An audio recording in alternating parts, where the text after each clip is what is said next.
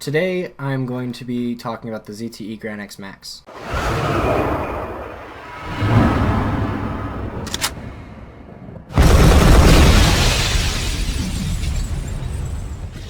Have you ever had the problem where your ZTE just will start randomly rebooting, it will then get stuck in that reboot? I've looked all over the internet trying to find a solution. I've talked to both ZTE and my provider to try to find a solution for this. The only thing I've found is there is no solution. Besides going out and buying you a new one or an upgraded version of it, there is one thing you can do. And I don't know how well this will come up on camera, but you could put it into safe mode. When you put this into safe mode, you'll be able to use your device like normal, except it'll be a little harder to run programs, it'll be a little harder to download things, but there is a way to do it, and I will show you that now by jumping to the computer. In order to fix this problem, you're going to need a couple of things. The first thing you're going to need is a charging cord that you can use to charge your phone and charge your device.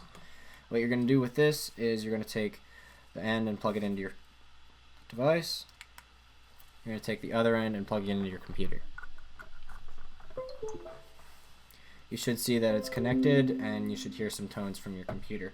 The next thing you want to do is you want to unlock your phone, and mine has this little allow USB debugging, and I'll tell you how to get to that in a minute. And you go into it and you hit enable USB debugging. The next thing you're going to need is you're going to need to go onto the internet and find Android ADB driver software, run that and install that. And then when you put your phone in, you're going to need to switch it to install driver mode, which is right here. And then it'll install the driver, and then you can put it back to media device. You're now able to start the process of debugging your phone. Make sure before you do anything to your device to back up anything you want, because this will be including a factory reset and cache reset. What you're going to need to do for my computer is you need to launch a file explorer. You need to go down to your Windows C drive, and you'll see this folder titled ADB. You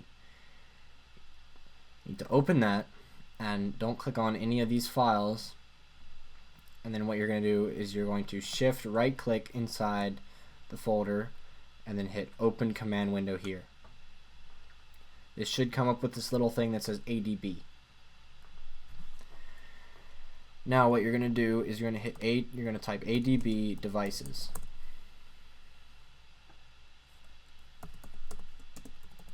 If I can spell it right.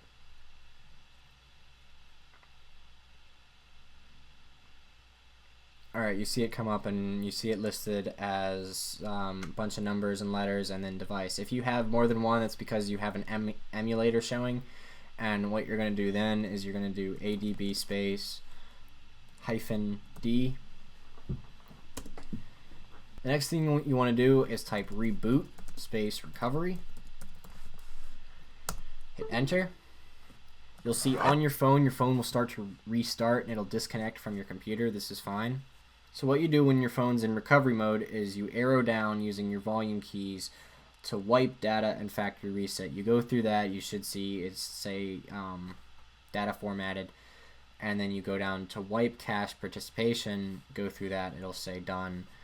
And then what you need to do is go to MD5 check and hit enter, and it'll run through this little scanner phase, and it'll go through its percentages, and I'll cut back when that's done. Alright, so the test has come back and it's given me some errors. What it's giving me is, and I don't know how well you'll be able to see this on the camera, but it's given me that system files are different with the official, and the thing it's saying is it's system/app/kinguser.apk, and that's an app file. KingUser, I looked up on the internet, is a rooting software used on your phone, and I don't know how that got on my phone, and I'm assuming that it's malware hiding in that. And when I search for KingUser on my phone, it's not there. Even when I have view hidden files on, it's not there. If I'm overlooking this or doing this the wrong way, please post a comment in the description, but as I've said, I haven't found anything on the internet to get rid of this. Then what you're going to do at the top of the screen, you're going to hit Reboot System Now. Now that you've gone through all your initial setups and your phone's up and running, go ahead to the Play Store, download the apps that you want. Remember, do this in little chunks, maybe a couple apps at a time. If they're really big apps, do them one at a time, and then boot into safe mode. You can do this by holding down the power button until your power menu comes up, then holding down the power off option until a window comes up prompting you to power into safe mode. Click OK on this window, and then you'll be booted into safe mode. Safe mode will allow you to use all of your programs, and it won't have any problems with rebooting or anything like that. And it seems to be faster in my testing.